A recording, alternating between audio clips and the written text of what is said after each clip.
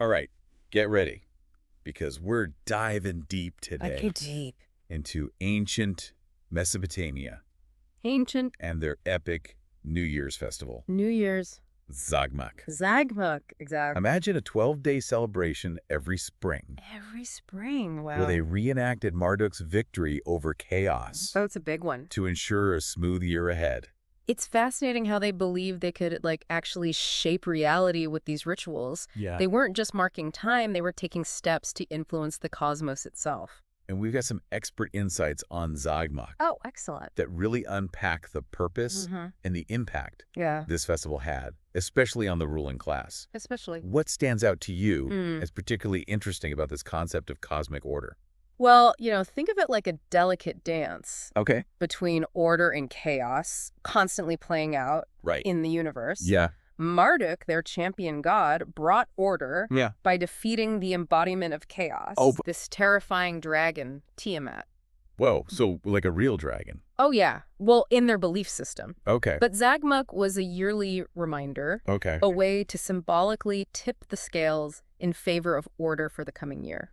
So it wasn't just a celebration. No. It was a strategic act Strategic? Absolutely. with very real consequences for their lives. Exactly. Wow. By celebrating Marduk's victory, they believed they were ensuring good harvests, stability, and, keeping those pesky gods happy. So how did they actually put this belief into practice? Okay, so, What does Zagmuk look like on the ground? well, picture this. The king, Right. seen as Marduk's representative on Earth, Right. plays a central role. Okay. One of the most striking rituals involved a symbolic stripping of the king's power. Wait, they actually took away Oh, yeah. his symbols of authority? Yeah. That seems risky. It was a powerful act, Yeah. demonstrating that even the king Wow. was subservient to a higher power, to Marduk. To Marduk, okay. This public display of humility was meant to please the gods Right. and secure their continued favor, ensuring a good year for everyone.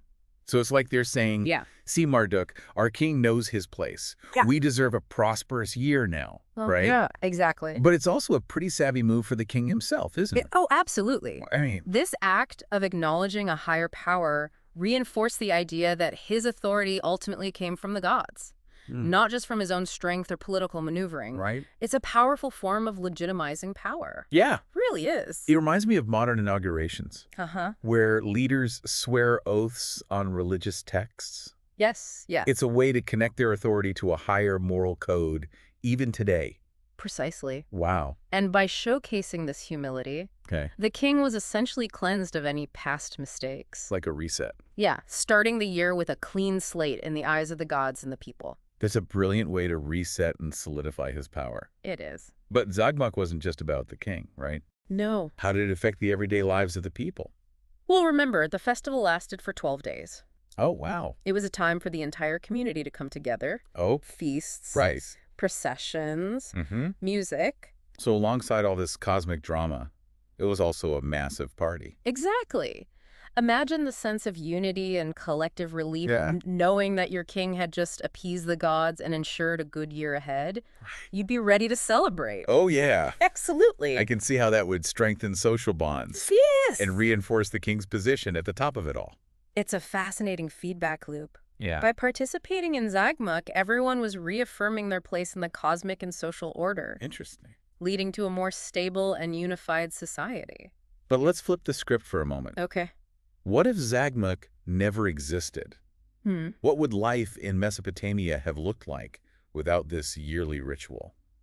Imagine a society Uh-huh. living under a constant cloud of fear Oh, and uncertainty. Every bad harvest or storm would be seen as a sign that the gods were unhappy, right. potentially leading to unrest and instability. So Zagmuk wasn't just about appeasing the gods. No. It was a vital tool for maintaining order and control within the kingdom itself. Precisely. Wow. Without Zagmuk, the king's authority would be weaker, Okay. the people's sense of security would be diminished, Right. and the social fabric that held them together would be much more fragile. It seems like this festival had a profound impact on every level of Mesopotamian society. Definitely. But there's another layer to unpack here, Oh, a more nuanced aspect of Zagmuk's messaging. okay.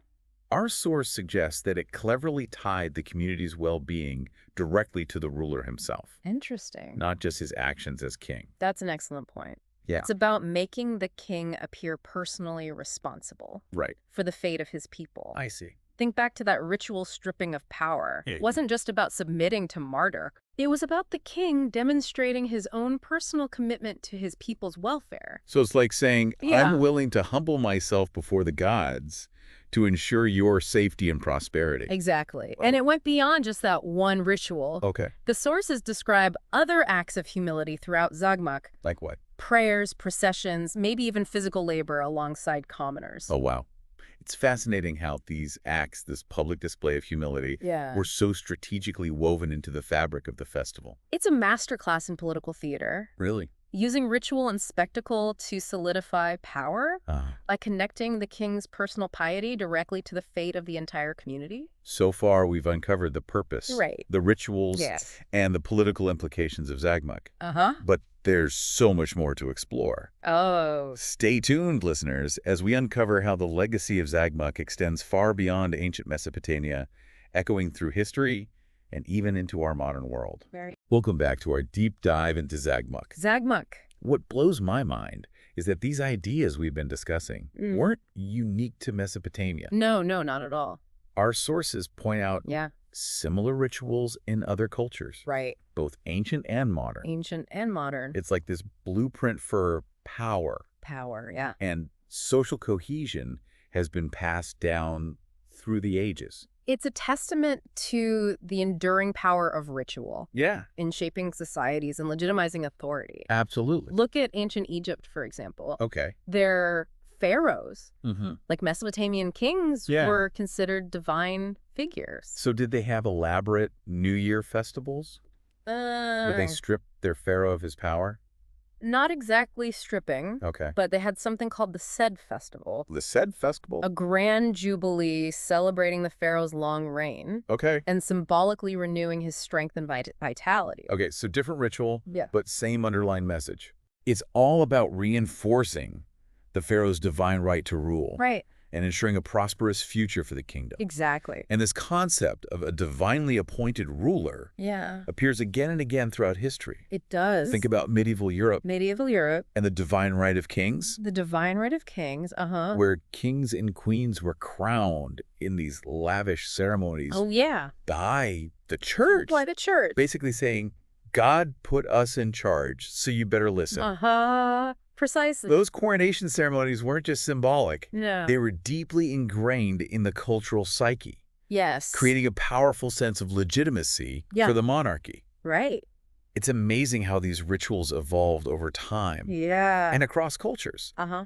Yet that core function of reinforcing power Reinforcing power. remained consistent. It's fascinating, isn't it? What other examples stood out to you from the research? Well, Imperial China is another compelling case. Imperial China, They had the mandate of heaven. the mandate of heaven. This belief that the emperor's right to rule was granted by divine forces, Okay. but it wasn't unconditional. Right, if things went south, Yeah. like natural disasters or famines, Strictly. it was seen as a sign that the emperor had lost the mandate of heaven Yeah. and could be overthrown. Overthrown. Wow. So the pressure was on to maintain harmony Right. and prosperity, Uh-huh. just like with the Mesopotamian kings and their Zagmuk rituals. Totally. It's a fascinating parallel. It really makes you think about how these ancient practices still resonate today. Yeah. Even though we might not be sacrificing bulls to Marduk anymore. Uh-huh. No. We're still drawn to rituals Yes. that reinforce power and create a sense of order. Absolutely. Think about all the pomp and circumstance Yeah. surrounding modern presidential inaugurations. Yes. Yes. Oaths of office, speeches about unity and purpose, Right. all broadcast for the world to see. Uh-huh. It's like a 21st century version of these ancient rituals. And it's not just about displays of power. No. We also see echoes of Zagmuk Yeah. in those public apologies and acts of humility Mm-hmm. that modern leaders often engage in. Absolutely. When a leader makes a public apology, Mm-hmm. they're acknowledging their fallibility Yes. and demonstrating a willingness to be held accountable. It's very strategic. Yeah. That vulnerability, Right. much like the king's ritual stripping of power in Zagmuk, can actually strengthen their position Right. by making them seem more human and relatable. It's like they're saying, look, I mess up too. Yeah. I'm not above the rules. Exactly. And in a way that makes them more trustworthy. Precise. It builds a sense of connection with the people. It does. Reinforcing the idea that they are both leader and servant. Leader and servant, yeah. So we've established that Zagmuk has these fascinating parallels throughout history. Fascinating. But what does all this tell us about human nature and our enduring need for these kinds of rituals? I think it speaks to our fundamental desire for order, stability, and a sense of connection to something larger than ourselves. Wow. These rituals, whether they involve gods or constitutions, provide a framework for understanding the world and our place within it.